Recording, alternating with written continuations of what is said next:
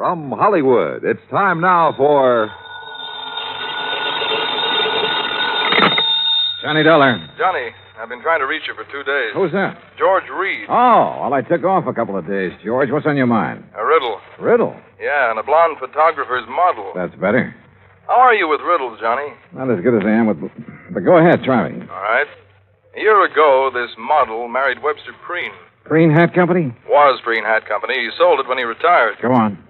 Well, last week, Preen reported his wife had disappeared. And according to him, when she left home, she didn't bother taking any of her clothes or car or jewelry. And she forgot to tell her friends she was leaving? Right. Not even him. You think Preen told the truth? Johnny, that's the riddle.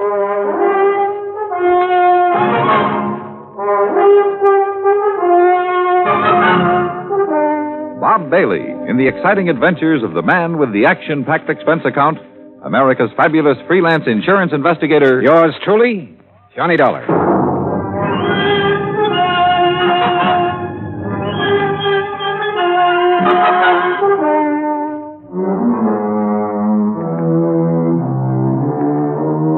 Expense account submitted by Special Investigator Johnny Dollar. To Floyd's of England, American Branch Office, 443 North 15th Street, Hartford, Connecticut. The following is an account of expenses incurred during my investigation of the Mad Hatter matter. Expense account item 1, 85 cents, cab fare from my apartment to George Reed's office. He was seated behind his desk, his lily white nose buried in a copy of Playmate magazine. He didn't look up until I was halfway across the room. Oh, Johnny, come in. Hiya, George. What you reading? I was just taking a look at Bridget Randall. Or Mrs. Preen, I suppose I should call her. Yeah, let's see. Yeah. Very nice. She look familiar to you? Oh, George, you're flattering me. No, really. She should. Oh, why? Well, up until she married Preen, she was a very popular model. Figures. Is that a pun? No. Anyhow, her picture was in everything from the Police Gazette to the Ladies' Home Journal. And after she married him? She retired. Hey, this is a new magazine, George, this month's issue. Well, the picture must have been taken before she was married. Well, what do you know about Preen? Not too much. He's over twice her age, and from all reports has a lot of money. I'd bet on it. Their marriage caused quite a stir.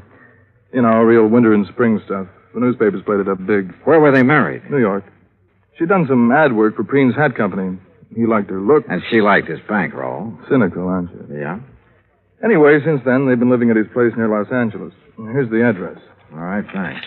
I called Mr. Preen long distance day before yesterday. He knows you're coming out. What about the police, George? You know who's handling their end of it? According to Preen, it's a man named Steiner, detective lieutenant. I got the feeling Preen doesn't much care for Steiner. George, how much life insurance does he carry on his wife? None. None? Nope. Or if he does, it's not with us. Then would you mind explaining why you sent for me? Not at all. We're not interested in her life. Obviously. That's a pretty callous attitude. Let me finish. We're not interested in her life, but we are in her face. In her what? The fine print reads from a point 2 inches below her chin to the hairline. Come on, break it down, George. Of course. Last year, a couple of months before she married Preen, she took out a special coverage policy in case something happened to her face that would finish her modeling career. You know, like a permanent scar, bad burn, anything like that. Uh-huh. She received quite a bit of publicity at the time, and it didn't exactly hurt us either. When does this policy lapse? Well, that's why we're so concerned, Johnny. When she married Preen, she announced that she had given up modeling for good. So we quite naturally thought she wouldn't renew the policy. But she did. Yes. And just 10 days before she disappeared. How much did you people bet that she wouldn't ruin her face? The amount she earned year before last. $25,000. Expense account item 2, 85 cents cab fare back to my apartment. On the way, I had the cabbie stop at a newsstand where I spent $50 of my hard-earned cash for a copy of Playmate magazine. Yeah, there was no doubt about it. Mrs. Webster Preen was the kind of woman any red-blooded American boy over 30 would be eager to locate. Item 3, $190 plane fare, Hartford to Los Angeles, then a cab to the Statler Hotel. I checked in, made arrangements to rent a car, then put in a call to police headquarters. Lieutenant Steiner was out, so I left word for him to call me, had lunch, and then drove out to the San Fernando Valley. The Preen home was one of those Spanish stucco and adobe jobs, 2 stories, probably 30, 40 years old. It sat in the middle of some 2 acres of orange trees, with a plaster wall around all the property, separating it from the subdivision on one side and a main thoroughfare on the other. I walked up to the front door and rang the bell. In a moment, it was opened by a beautiful blonde. If she hadn't been wearing a nurse's uniform, I might have mistaken her for Bridget Preen. Yes? Afternoon. Is Mr. Preen in? Do you have an appointment, Mr. Dollar. Johnny Dollar. No, I don't have an appointment, but I'm sure he'll see me. Really? Yes, really. I'm investigating his wife's disappearance. You're from the police? No, insurance investigator. I see. I'm sorry, Mr. Dollar, but Mr. Preen can't possibly see you. You're sure of that, Miss... Richard, and I am sure. Mr. Preen has suffered a severe shock. His doctor left strict orders that he's not to be disturbed unnecessarily. And you feel qualified to say what is necessary and what isn't? I've been with him for nearly 5 years. Well, answer me this, Miss Richards. Do you think Mr. Preen's health would improve if somebody happened to find his wife? What? I mean, they haven't found her, have they? You haven't answered my question. You want my honest opinion, Mr. Dollar? Helen, who is it? Who's out there with you? Excuse me. No one important. It's Johnny Dollar, Mr. Preen. Now, just a minute. Mr. Dollar, come in. Come in. Have him come to the orchid room, Helen. Yes, sir. Well, I hope you enjoy steam baths, Mr. Dollar. Steam bath? What do you mean? Follow me. You'll find out. A pretty girl, in spite of her abrupt manner. And there was a lot going on behind those clear blue eyes. She led me into the house through a couple of large rooms, then up a winding staircase and down the hall to a door at the end of it. Miss Preen's waiting for you in there, Johnny. Thanks. Ouch! Hey, that doorknob's hot as... Oh, very funny. I warned you. Here, like this. Come here, Mr. Dollar. Hurry. I'll see you later, Johnny. Close the door. Close it. I don't want it to cool off in here. Well, you look surprised. Well, I didn't expect to meet you in a hothouse, Mr. Preen. I'm sorry if you're uncomfortable, but orchids must have plenty of heat and moisture. Now, me, I love it. I didn't used to, but since I am at the age where a man is nothing but stick and dried parchment, you can take off your jacket if you like, Mr. Dollar. Thanks. Do you know anything about orchids? Well, only that they're expensive. Aren't all beautiful things? Sit down, sir. Any place that's clean. We can talk while I do this. You know what I'm doing. I haven't the least idea. What the bees would normally do, that is, if these plants were in their native environment. Pollination? Yes, sir. Would you mind handing me those tweezers? Yes. Thank you. Hey, how many plants do you have here? More than 200, Mr. Dollar. 36 different varieties. Oh, beautiful. Oh, yes. Lovely, delicate creatures. Mr. Dollar, do you think you'd be able to find her? Well, I'm going to try. I'd appreciate it. I have so very few things left these days. Did you notice the orange trees when you drove in? Well, yes. When I bought this house, the land on both sides was nothing but orange groves. Beautiful orange trees. Green, growing things as far as the eye could see. And now it's a housing project. Yes, well, Mr. Preen, I understand you aren't entirely satisfied with the efforts the police are making to find your wife. And you understand correctly. They have done nothing but ask me the same asinine questions over and over again. Have you talked to them? No, sir. I felt that I should see you first, get all the information you have. I will cooperate with you all the way, Mr. Dollar. All right. When exactly did she disappear? Just 10 days ago. She'd come down from our place up at Lake Arrowhead, where she'd spent Saturday and Sunday. Uh-huh. We had planned on going up together that weekend, but I developed a cold. Oh? The evening she returned, I retired earlier than usual, and then when I awoke about 11:30 that night, she wasn't in her room. I called to her, searched the grounds, then waited up. But she never came home. I see. Was anyone else in the building that evening? No. We were alone. Rather, I was. Any sign of a injury to her face, blood, anything like that? Nothing. Uh-huh. Do you remember if she made any remark earlier? Anything that had given you some indication as to whether she planned to go out? She had no plans. She was tired from the drive home, had already put cream on her face and her hair up in curlers. But, Yes? well, she did say something about wanting to go back to Arrowhead the next day. And you're positive she didn't that night? Mr. Dollar, my wife is a very beautiful woman and an extremely vain woman. She would never leave this house with her hair in such a state. Oh? And even if it were brushed, she wouldn't leave on an overnight trip without taking along a complete wardrobe.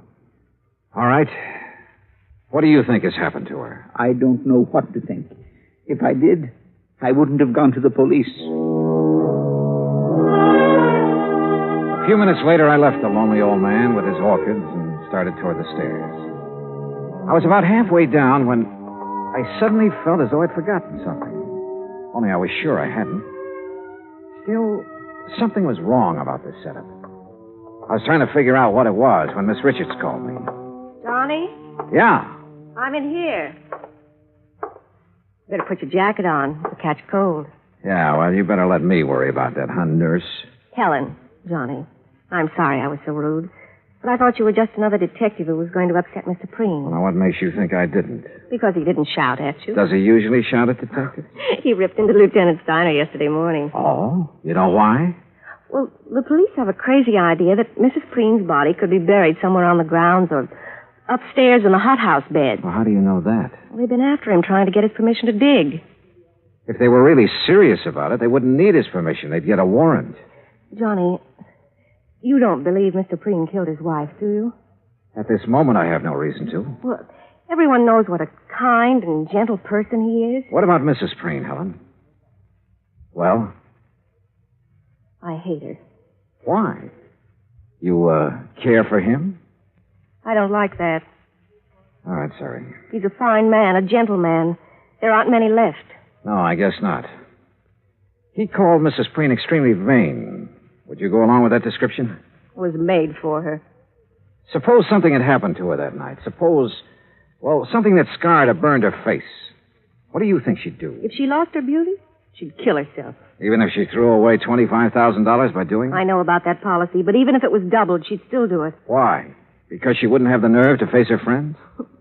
Friends. Bridget Preen never had any friends. But that isn't what happened to her. What did? I don't know, but I'm sure she's dead. Why? Why, Helen? Johnny, please. Tell me. Now, come on. I know you have a good reason for saying that. Now, let's have it. All right. Come over here. I put them away in this drawer. See? What are they? Caps. What? Plastic dental caps.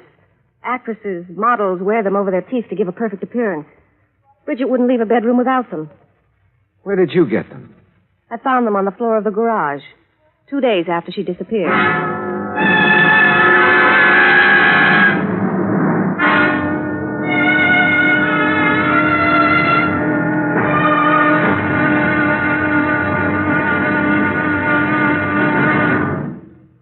Act two of Yours Truly, Johnny Dollar, in just a moment. Now, Act two of Yours Truly, Johnny Dollar, and the Mad Hatter Matter.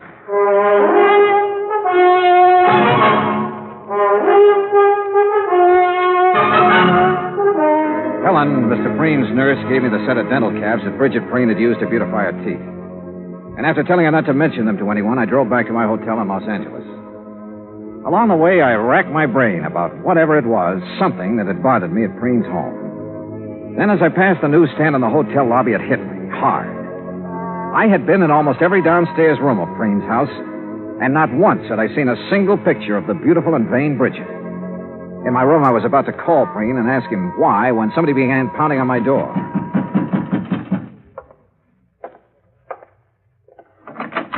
Well, Dollar, we seem to have had a hard time making connections, didn't we? I'm Steiner. Oh, how are you, Lieutenant? Fine, just fine. And I think I've got our little case all sewed up. That's so? Yep. You mind if I rest? No, go right ahead. Thank you. See, we've been checking back on Miss Preen's activities for the past few weeks. Uh-huh. Been making quite a few weekend trips, ain't she? I wouldn't know. We figure she found herself a new man, a young man, and took off for parts unknown. What about her clothes? Why didn't she take them? She didn't want to take what old Preen had given her. She's too proud. A little too proud to be true. She had enough things paid for out of her own money to last a good many years. Oh, now, Dollar, you guys let your imagination run away with you.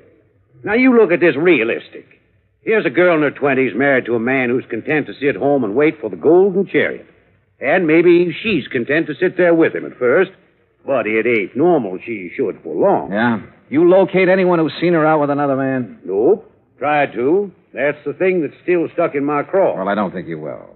Why not? Because she was smart, a smart woman. If she had had a boyfriend, and I'm not disagreeing with you on that score, she was very discreet about it. Mr. Dollar, I'm not sure you were aware of it, but each time you mentioned Mrs. Preen, you referred to her in the past tense. Why? Oh, no.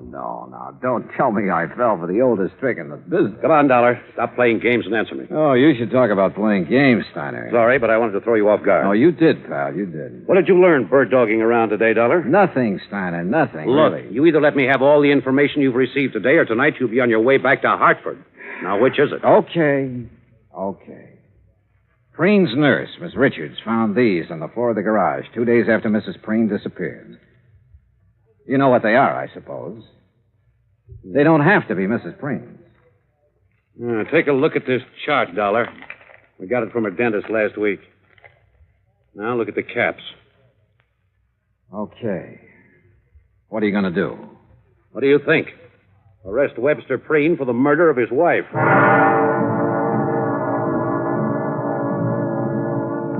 I told Steiner he could never get an indictment.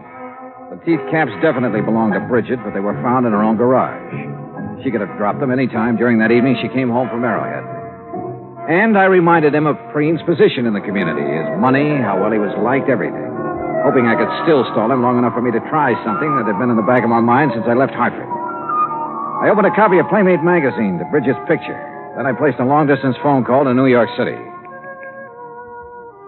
We're ready with your call to Mr. Howard, Mr. Dollar. Okay, thank you, operator. Go ahead, please.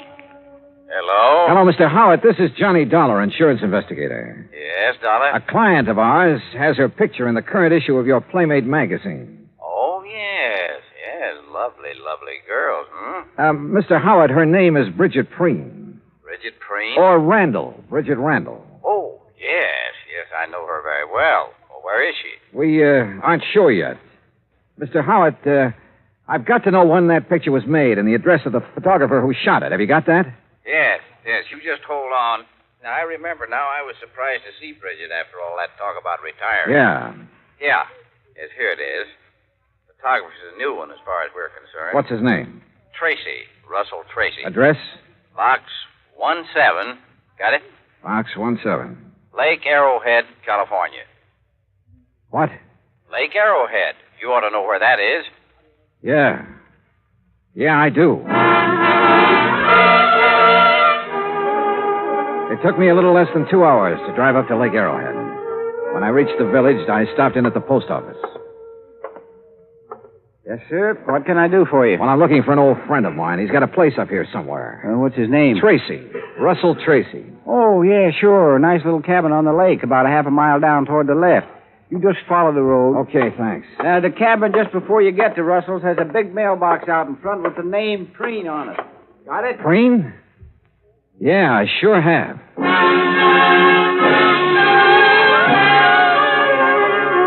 I was there in 5 minutes.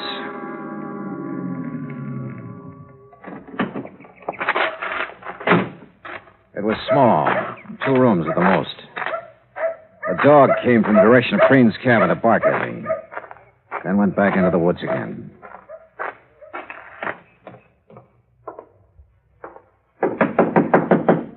Yeah. Russell Tracy? Yeah.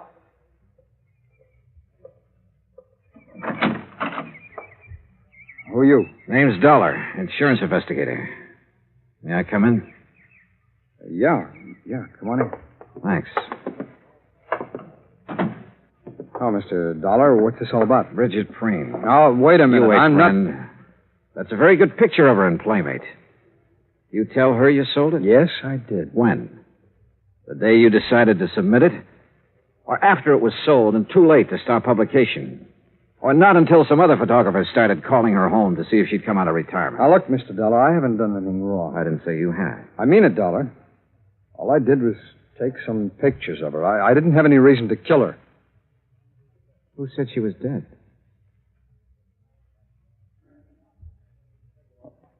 All right, Dollar, sit down. I'll give you the whole story, at least all I know of it. Okay, go ahead.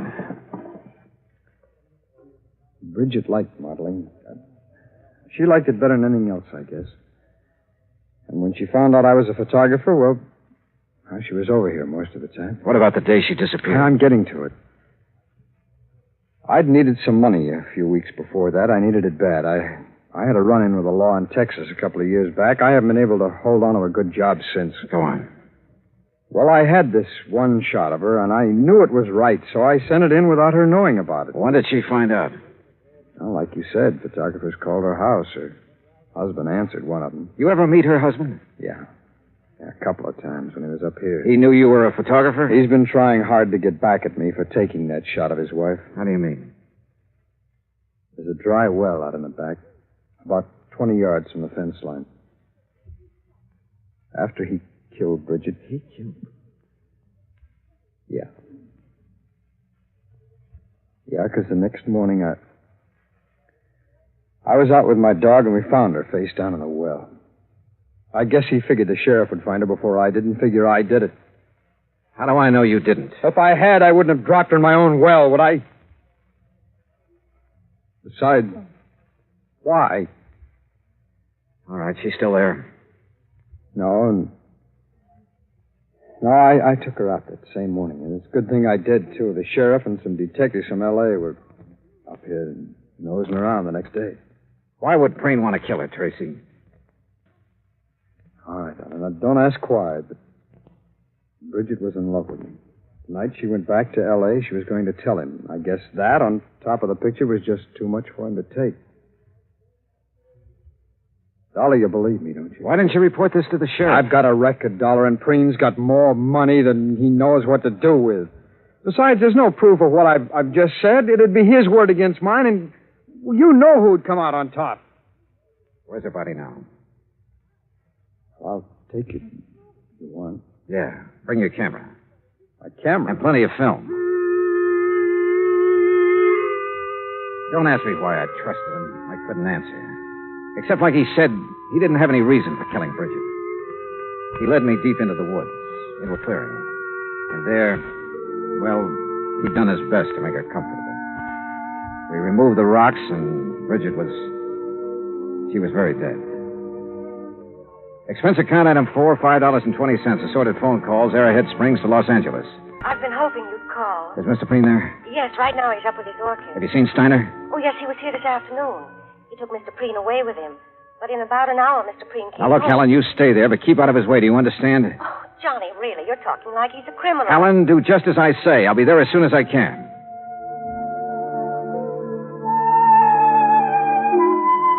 After seeing that Russell Tracy was safe in the custody of Steiner, I took the freeway out to the San Fernando Valley. It was a little after 9:30 when I pulled into the Preen driveway. The porch lights were on, and Helen opened the door.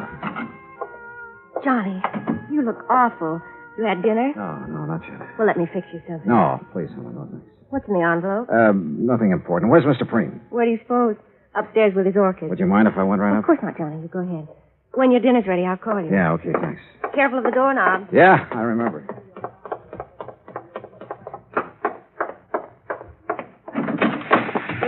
Well, Mr. Dollar, I didn't expect to see you back so soon. Hello, Mr. Preen. Didn't dress for it again, I see. You'd better take off your jacket, Mr. Dollar. Afraid I'm not going to stay long enough to bother. Oh, well, now that's too bad. Beauty such as this isn't often seen, Mr. Dollar. I disagree with you, sir. What? I think I have something here that's every bit as beautiful as any flower in this hothouse. Well, now, you have aroused my sporting instincts, son, and also my curiosity. What have you... Here. Oh, no. Oh, no. She was Please, beautiful, no. wasn't she, Mr. Preen? Here, she's very beautiful. But here, Oh, no. look at this picture. Taken just a couple of hours ago. Yeah, what about this one? What about it, Mr. Preen? What do you think of your handiwork? Proud of what you've done, Mr. Preen? No. No, please. No more, please. Why did you do it? I had to. I had to. She was going to leave me. Like everybody else had done. Everything does. She was going, and I couldn't let her. I just couldn't let her go. The hunch had been right. After he'd killed Bridget, Preen had not been able to face the many photographs of her about the house, or any pictures of Bridget, as we learned. One photograph had caused her death. The others we took later put Bridget's husband away for the few remaining years of his life. Expense account total, including car rental, hotel incidentals, and transportation back to Hartford, $870.40. Yours truly, Johnny Dollar.